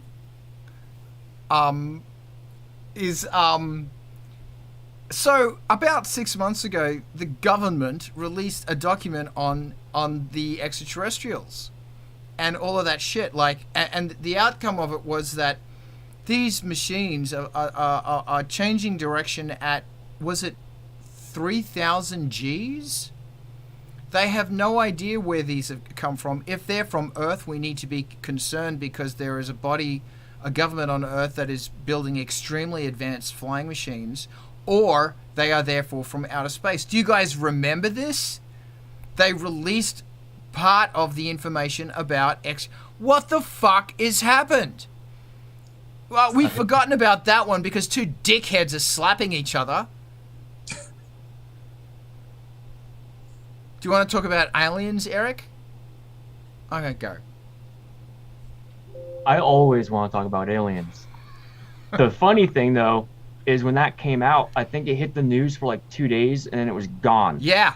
And just like everything else in America that's actually important like that comes out, it's swept away, and then we have some celebrity slapping another celebrity at some... Or pouring champagne onto their bum. And that, yes. And then that's all over the news for a month when the important stuff is gone in 2 days. Mm-hmm. But, I mean, aliens... I know, who cares? Well, they'll need visas, and that's going to be a problem. Yeah, Swipe this one under the carpet. America. Right? I won't say that. And then the other one is when the European Space Agency landed a satellite on an asteroid. They said it was like hitting a bullet with another bullet. That you fire out of a gun from 70 million miles away. And they said, we've got it stood by that if it bounces off and if it doesn't work, we can have a second landing. Well, they fucked the first landing. They fucked the second landing, but they got it on the third landing. And that stupid, what is that ridiculous fucking awful human being from that awful family in New Jersey who I don't give a fuck about, Kardashians, on the same day released a photo of her pouring champagne onto a glass that was sitting on her bum. And the world was more interested in that. And the aliens are going, nah, these guys are so not ready. Nah. Eric, do you want to talk to me about aliens? I want to believe, but all those videos are easily debunked by No, they people. didn't. No, they fucking didn't. Yeah. No, people they that- were not. Not by the military, but if you make movies and films, you recognize these artifacts common in photography and all artifacts of shooting film. I'll drop a video in here that explains a lot of them pretty well. It goes through each one of them, and you can recreate them over and over again. Okay, all right. I want to believe, but I'm breaking. I'm You know, bumming it. Eric, firstly, fuck off. Secondly, for Halloween, what's that George guy? Aliens! You know the George guy? George, what's his name? Nap. Yeah. George Nap. Nap? I thought it was Gassopoulos or something. He wears the suit You're and he's... thinking of Ancient different Aliens. Yes! Different guy. Oh. Him!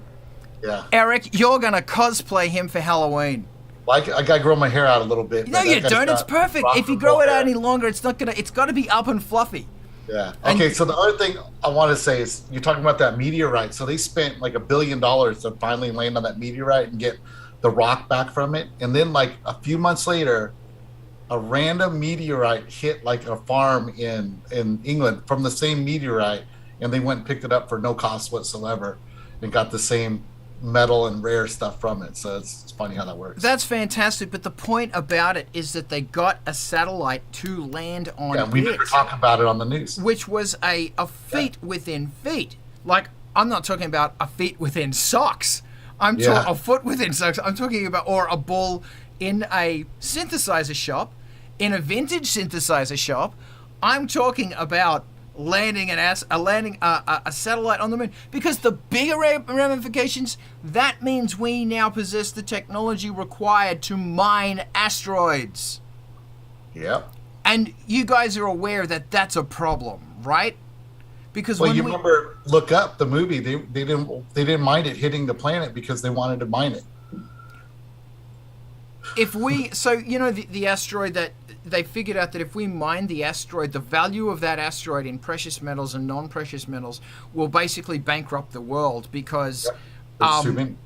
that means we've got all of these metals. Therefore, the metals that we have, the value drops. Therefore, continents will go bankrupt because now we have all these metals and they're not worth as much money anymore. Well, if the problem is Bruce Willis and Ben Affleck didn't participate in the meteor thing, so we don't talk about it. You got to have a famous person attached to it. I want you to do this and say aliens. Aliens. Eric, aliens.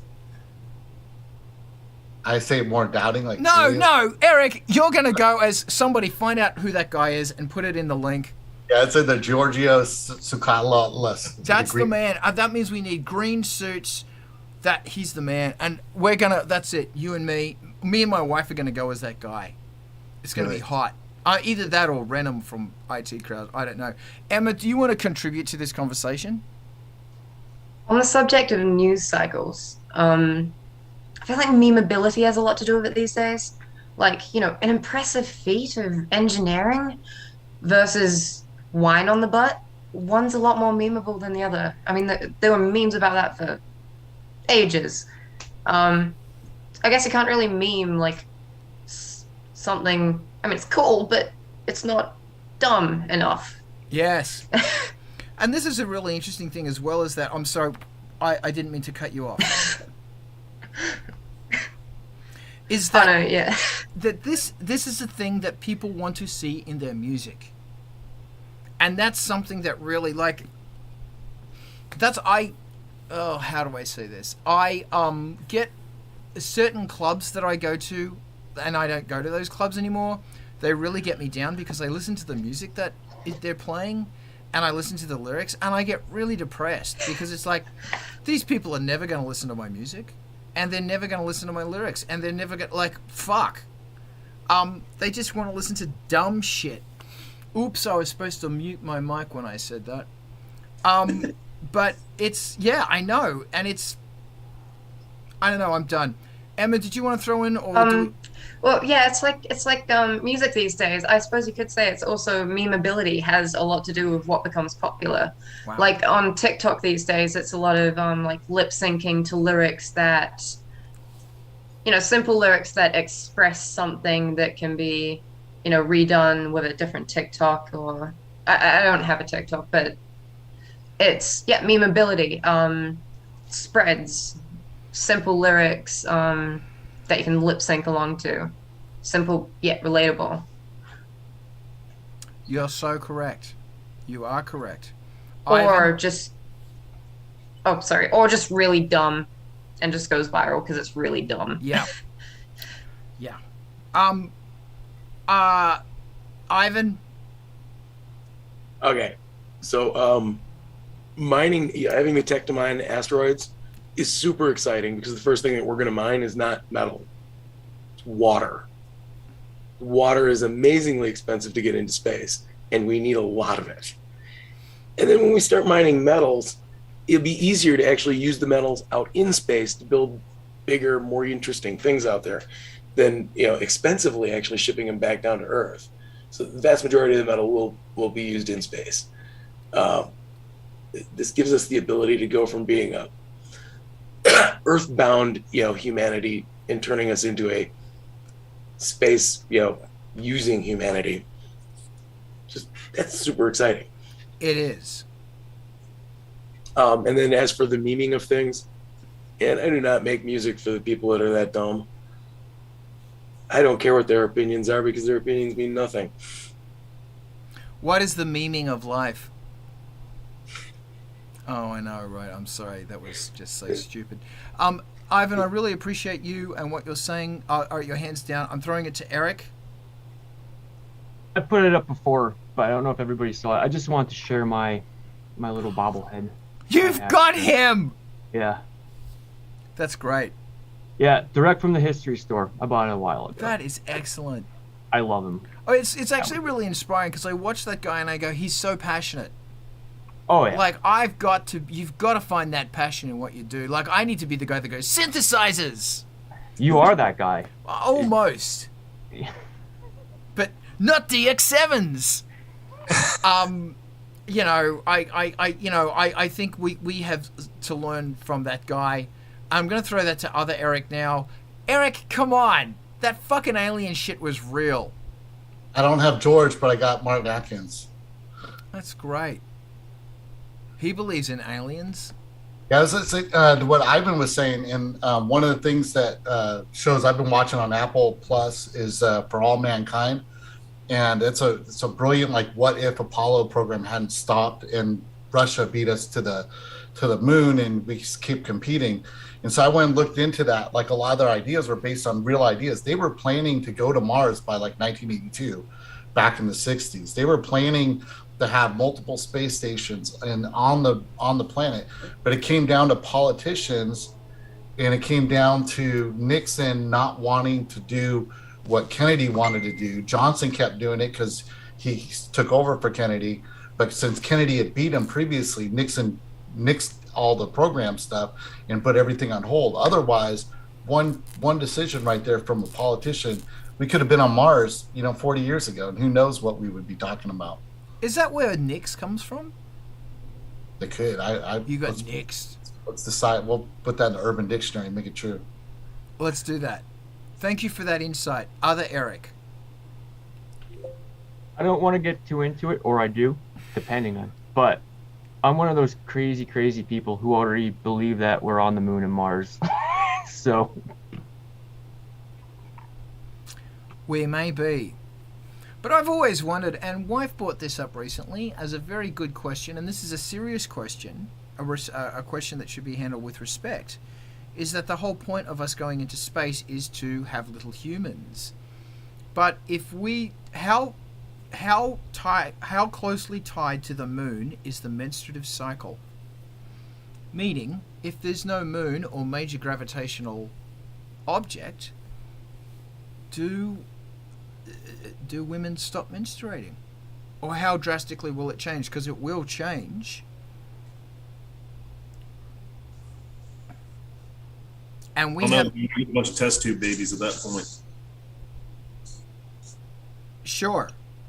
Yes, we will. But I found this to be the most fascinating question. That we didn't think about that one, did we? That there's the moon, Mars doesn't have strong enough. It's not just like menstrual cycles, but like the moon affects water, and like everyone's made of water. Yeah. So. The whole biorhythms thing as well, I believe, has to do with moons, and but Mars doesn't have enough, like Phobos and Debios are nowhere near enough to cause. So if we're on the moon, will they be more drastic? Because I believe the Earth has a really substantial pull on the moon. I don't know. Fascinating stuff. We can talk about space all day, or we can talk about music, because we have 20 minutes of this madness left. Eric, go. Well, this wasn't music. I was gonna say we could talk about something more important than that, like when the Jersey Shore's coming back on television. We could, because important information is starting to get out, like the benefit of humankind, and Jersey Shore's going to put that to an end. Mez, rescue us. Okay, like not really related, but possibly interesting if you're interested in moon landing stuff. But I don't know. I was talking to my dad about this thing about CERN and how there's like this organization trying to like open a rift, and there's like a Hindu statue in front of it, and they were like doing these supernatural rituals. This is like a couple years old, I think, but like wild. Your dad sounds awesome. He's interesting. He's very interesting.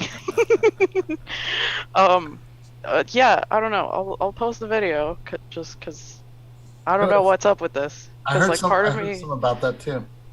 Yeah. There were people worried that like they were going to open like this portal or a black hole and destroy the planet, and who knows what the repercussions could be. Okay. But then recently, now they're saying like inside every electron and atom there is a black hole. So it's just there's so much we don't know. It's nuts. Why aren't we doing this? Why aren't we dressing up in white cloaks? We've had this conversation before. trying to Have we? open us. Yes, we have. I'm Why totally not. white cloaks? And why aren't we trying to open up? And Emma's going, why did I get up at 4 a.m. for this shit? Why did we need to open a supernatural thing? Because think about it, we have people all over the world, and we could be in our cloaks, definitely not. Like I'm talking like spiritual cloaks, like Jesus. We could join Kanye's. No, group. we could make one. That's what I'm saying. Oh yeah, Eric's got a black cloak. Okay, we could do black cloaks then. But Everyone's black. We're all gods here. we need to be omming in the fucking singularity that will whatever. This has to do with what you were saying about making machines angry, right? Yes, everything I say has to do with making machines angry. Emma, save us. Are you suggesting that we start a cult? Yes! I'm down. Let's do this. Everything I do is about a cult. I'm down for a little bit of a cult on the side, Let's do that. But you have to believe in aliens, Eric, to be Yeah, a so part of it. Eric's out. No, he's gone. See, Honestly, he's gone. He's already gone. I'm not convinced. I want to be convinced. So, like Eric, I want to be You convinced. just choose to believe. I'd love to. Emma, do you like polka dots? Polka dots. We're thinking polka dots for the cloaks. No, that sucks. That's a dumb idea. Oh, Eric's back. Stop talking about him. We have fucking 15 minutes left. Does anybody want to talk about music? And that all of this shit can feed into your music, by the way. What is something you could do musically that is just as bent as this? Like, really whack. Something crazy. Like, how You do you... could start a music. Oh. Yeah, great idea, but how do you wake this thing up here that's got voices in it saying it's all been done before? I'm not motivated enough to do this. I want to watch a movie instead. I don't know what to do. What are you going to do? Alex? To be honest, that's like my biggest problem right now, that I just need to kick myself in the butt and out of the rut and just start putting the synthesizer in front of me, opening the door and just starting stuff again and not stopping when it's uncomfortable. I think that's like my biggest problem. I will give you two pieces of advice. One, unplug the internet. And if you have your own router at your house, pull it out, stop it, turn it off for 24 hours. Stop. Two, do you have a standalone synth or are they all hardware? I mean software.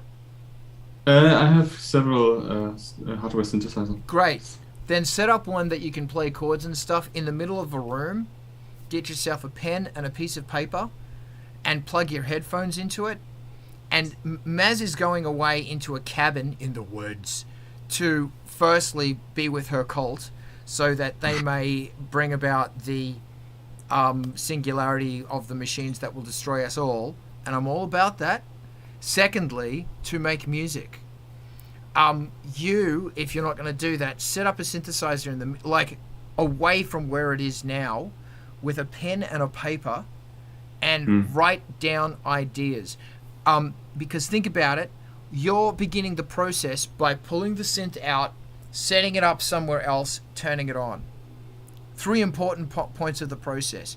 The inspiration motivation comes after you do the action.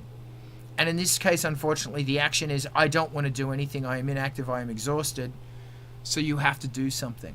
And we were saying last week about, Diana makes a tea. It might be making a coffee. It's a process. I see your hand. Yeah, to be honest, having ideas is not a problem. I have plenty of ideas when I'm in the shower or whatever. My problem is just working on them. I have 5 to 6 song ideas right now in my head, but I just need to get down to do them, and it's I don't know. That's what you got to do. You've got to do something weird. You've got to throw a spanner in the machine, a wrench in the machine. You've got to throw a bull into the vintage synthesizer shop, or a china plate into the bull, or something. Did that help? Okay. By the way, right. I'll leave this on afterwards, and you guys feel free to chat. But I'll quit this the thing. Emma, hold on, you're muted. That was dramatic. You're still muted. I've forgotten what I was going to say. Excellent. Excellent. That's good. Just tell us when you figure it out. Rose, you've been so quiet today, Rose. I know, I have been unusually quiet. It's because I am bleeding so hard right now. So much blood. Go the moon. But what was I gonna say? One of the things that my my guitarist likes to do is he'll just like put on like you know, on YouTube there's like tons and tons of people that just make like beats, you know what I mean, for you to fuck around with. You know, he usually will pick like, he has a channel that he likes that has like metal beats, you know, and he'll just put it on and he'll just randomly play whatever comes to his mind, and he'll just like record it, you know, so that he doesn't forget any of it. And he'll usually like, just play back for me and be like, what do you think of this part? What do you think of this part? And I'll just tell him which parts I think are really awesome and which parts suck. And and you know, and that's a way that you can kind of kickstart yourself and kind of just get yourself out of like what you usually do by having like a whole different beat and just being like, I got to work with this beat. I got to see what works with this beat. And it'll just kind of force you out of your usual mindset. And that might help you get out of that rut of like, how do I get started on doing this thing, you know? That is a brilliant idea. And I'm going to say again, thank you, Rose, and also Alex and everybody. What you are experiencing is a byproduct of depression. And it is a byproduct of massive overload and confusion. And everyone is experiencing it, and everybody has got to this point through different paths, but here we are. And your way out of it and everyone's way out of it is different. So, don't be confusing shit. Physical exercise and diet are also good. Ivan. Since I got my Hydrasynth Deluxe, it sits on the stand in the room, powered on and ready to go always. It's always right there. Like, and I have found, you know, we'd be upstairs watching TV and, you know, I will wander away and just play with the Hydrasynth. You know, I'm working during the day. I'll take a break and go stand over there and just mess around with the Hydrasynth. And I just keep going back to it. And it's because it's right there and it's easy. It really has been helping a lot. That's awesome. Can I jump in? Also, remember, Alex, the process that you are now embarking on is the 99% perspiration. It's the hard work part. Another trick to try is if you have a suit, put it on. Change your clothes is a fantastic way of beginning the ritual. Do your hair, do your makeup, do your nails, whatever you're into, but put on different clothing. And if it's a suit, literally a suit, you will sit down ready to bring the rock. I'm going to throw it to Julius. Alex, question back to you. Do you have the feeling that that the threshold is too high to start, or is it something else that hinders you, like distraction or? I think it's two things. It's at one, the fear of not being good enough, so I don't sort of want to find out. And the other thing is that I'm just feeling exhausted and I don't know how to overcome that. I think I'm also sometimes either too low, so I can't activate myself, or I'm so hyper that I can't focus on anything. Like, and I would just want to dance, but I can't think about how I mix something, I program something, and I'm like either too high or too low, and I'm not in the sweet spot. Yeah, I hear you. Can I let me know when I can talk? Yeah. Okay. Julius, if you've got more coming, I want to hear it. Yeah, I would treat those two states in two different ways actually. When you are in this high state, if you want to say so, just throw it in, and just save it in a folder that says high state or hyperactive or whatever. And it doesn't have to be good, whatever. And for this lower state of mind, I would suggest to develop a skill to lower the threshold, like maybe start singing in the shower or pick up a guitar and start jamming, and that might make it easier for you to start on the door. That's what I got. That's brilliant. Alex, what are you doing tomorrow? It's Sunday, right? Tomorrow is Sunday. What are you doing tomorrow? Or how much, after we've done tonight, how much time do you have? I'm trying to go to a club night.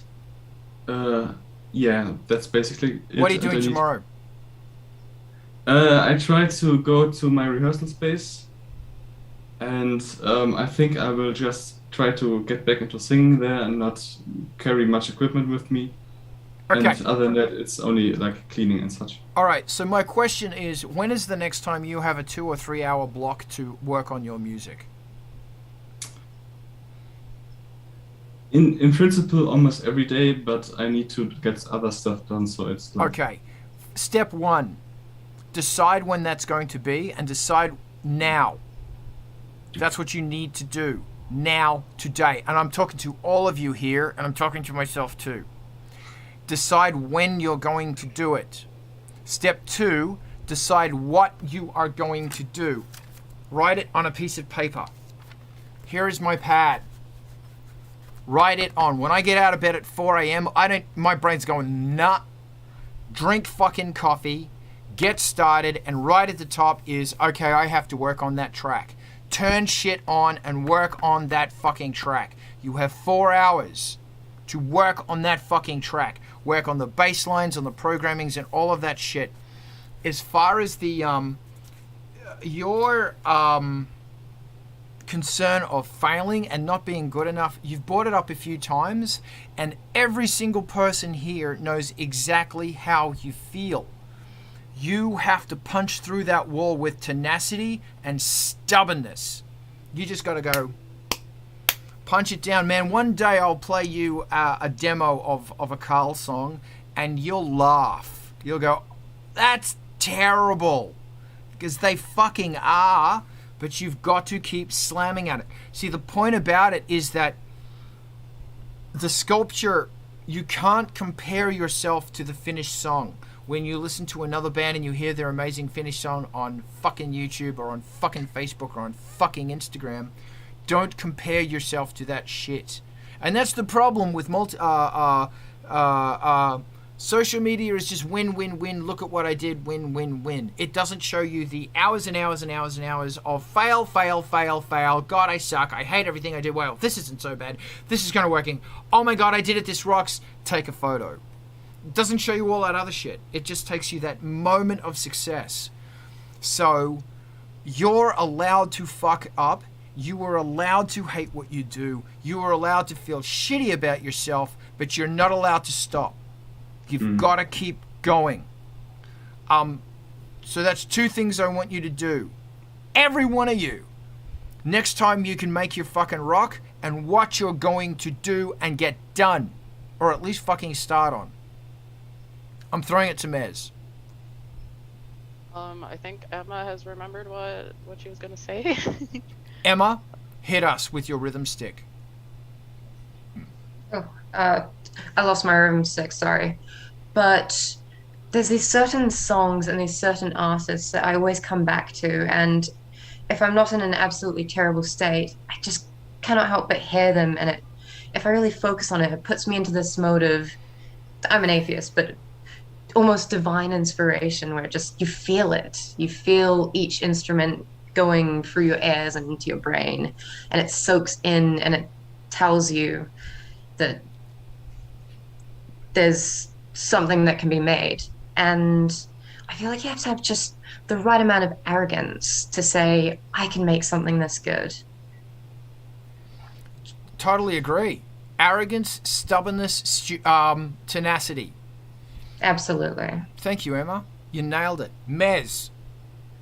So, the first thing I was gonna say is self-care, which is not what people think of when most people say self-care, but it's more about learning what you as a person needs.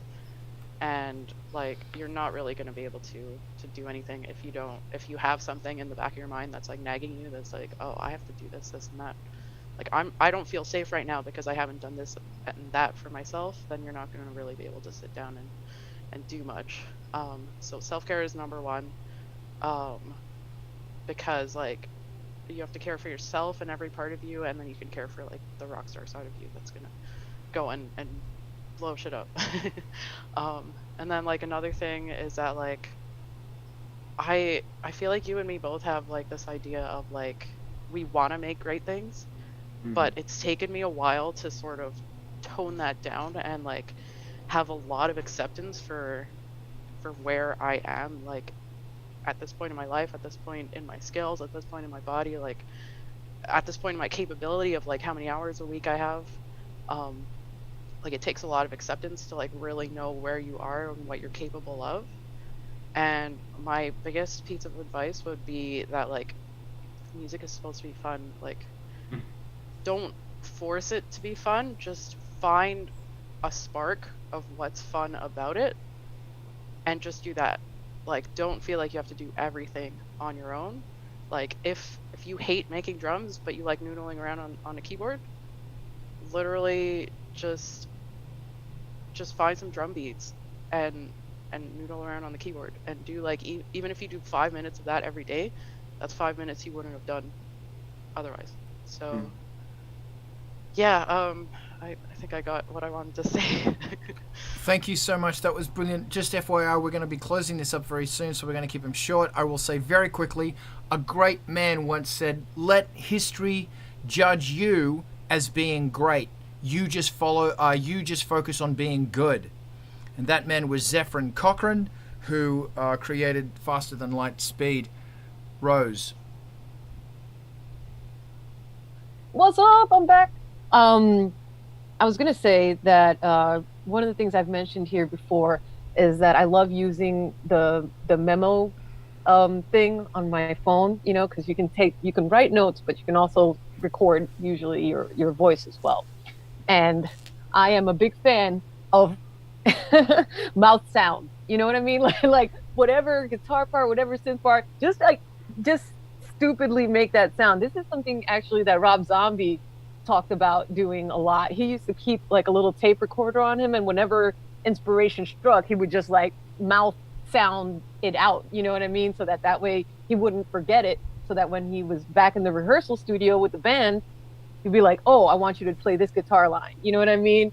And you know, it's a really good way to have like just like I was saying before with lyrics. You know what I mean? Even if you write a song and it ends up like not working out, it's okay, you know, because you can always Frankenstein and take little pieces of that thing that didn't work out for that song and use it for a song in the future, you know. And I've done this like so many times. So that is the kind of stuff that I turn to when I'm in a situation where, okay, it's time to rehearse today. You know, usually I'll just pick a day and a mandatory time so that way there's no escaping it and there's no watching a show instead and there's no anything. And usually I'll tell somebody so that they can help hold me accountable for it. You know, like this is the time, got to do it, you know? And then, you know, even if you're like, okay, I don't have any inspiration in this moment, but what do you have? You have a memo thing in your phone full of all of these ideas that you recorded earlier in the week or earlier in the month. You have a book that is full of all these lyrics that you haven't used yet, that you tried to put in something else and it didn't work. So how can you reuse these things? How can you recycle them and turn them into something new? Because this is still your inspiration and it's still you that created it. So don't feel bad about, you know, redoing your own work, because that's exactly what growing as a musician is, you know? Brilliant advice. You fucking nailed it. Can I throw it to Eric? Really, really, really good advice. Ivan.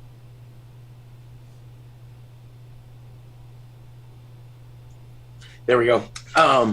So Alex, you worry about whether or not it's whether or not you suck. Don't worry about that. Like, you know, the journey to becoming good involves starting out bad. and everybody's been there, because nobody's just born good at it. Just keep experimenting and learning and following the path. It's a journey, not a destination. Brilliant, man. Thank you very much. Emma. Just to adding on to what I said before, is I feel like you also need some humility to accept that what you're going to make is likely not going to be as groundbreaking as what inspires you. So the arrogance to not care, but the humility to accept. Brilliant, man. Thank you. Adam. Conveniently, that leads into what I was thinking there, is that you will find your audience. Like, it doesn't really matter if you think your music is good, because you will find an audience for your music that it touched, it doesn't matter if your audience is a small handful of people. If your music touches them, it doesn't matter if you make the top of the charts because you're good at TikTok. Good enough. See, I really struggle. See, like, I really feel it when you say, like, I struggle with this feeling of good enough, because I really struggle. I still struggle with that. I struggled with that for so long that it took me 30 years to write my record. And so what I'm cautioning you against is, don't take that long, man. Like, it's better for you to put out stuff that is not as good as you want it to be, because it's part of your process. Like, I'm sorry, somebody mentioned earlier, it was Carl that mentioned earlier about how, like, when we go on social media, we only see the wins. It's the same way if you go to an art museum, man. Like, did everything that Rembrandt sketched come out great? No, he was a shit-tastic artist until he worked so hard he got good. And it took, mentorship and all that to get him there. You know what I'm saying? Like, somebody had to recognize the spark of talent to help him get there. I think we're fortunate because we have this forum of people who recognize the spark of talent in each other and are trying to get each other there. If nothing else, Alex, we're all sitting here telling you that you are good enough to write your songs. And we don't care if we like them. We just think you're good enough to do it. Yeah. Fucking A. I'm going to throw this to you, Rose, and then we're going to call it. So hit me with your rhythm stick. One of the things that I often have to tell myself, I definitely have that same kind of perfectionist stance that stops me sometimes. And, I think every artist has that, has that little voice inside them that's like, oh, but it's not as good as, it could be, and blah, blah, blah, And that's why I have in my phone, it's like just a stupid meme, but it says done is better than perfect. And that's what I have to remind myself of all the time, because I have this like perfectionist thing inside of me that wants it to be like the best thing that it can possibly be. But in order to create the best thing that can possibly be, you have to fuck up and you have to try things and you have to make shitty things. You know what I mean? It's just part of the creation process. And if you actually listen to stuff like, again, Rob Zombie's a perfect example. If you listen to early demos of Rob Zombie's stuff, you can hear the pieces of the songs that eventually they became that were so famous, right? But it doesn't sound good. You know what I mean? It's really rough, and I'm like, oh man, they polished the shit out of this. You know what I mean? Like, but you still see those little kernels of genius in there, and you see those kernels of like super catchiness and stuff, and you're like, yeah, So if any really big artists, find their demos, and you'll feel a lot better about yourself, because you're gonna see that they all fucking suck. Everybody's demos are kind of trashy. You know what I mean?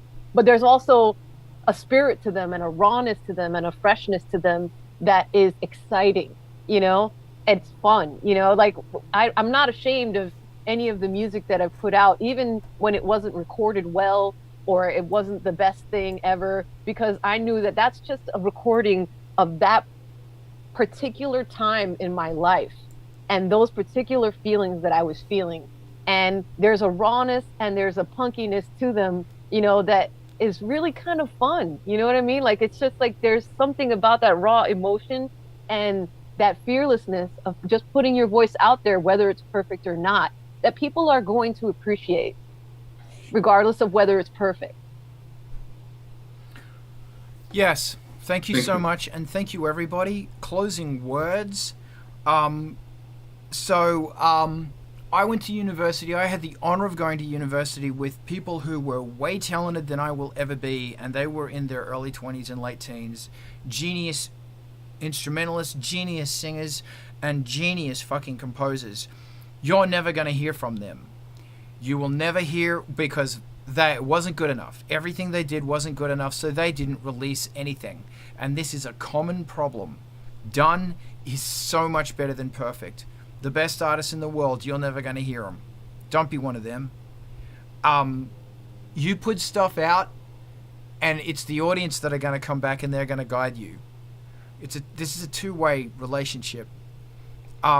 So my thought is just make your fucking music, because the world needs it now. You have nothing to lose. Make your music.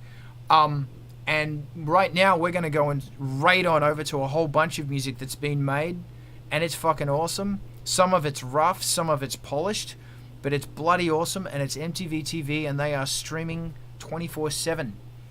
So, Diana, let's raid. And if you got a band, fucking throw it on MTV TV, because they're going to play your shit. They're going to play your shit as we go to MTV TV. Let's raid this craziness. Boom. Boom. Right there. And if you're bored and you want to check out Mayhem, also remember to check out Angel Spit's Patreon, because it keeps the lights on. Let's raid. Bye. Have we raided yet? We've raided. Bye. Yes. Bye. And we're going to stick around in the Zoom and just talk for a bit. Bye. You're the best. Bye. Bye.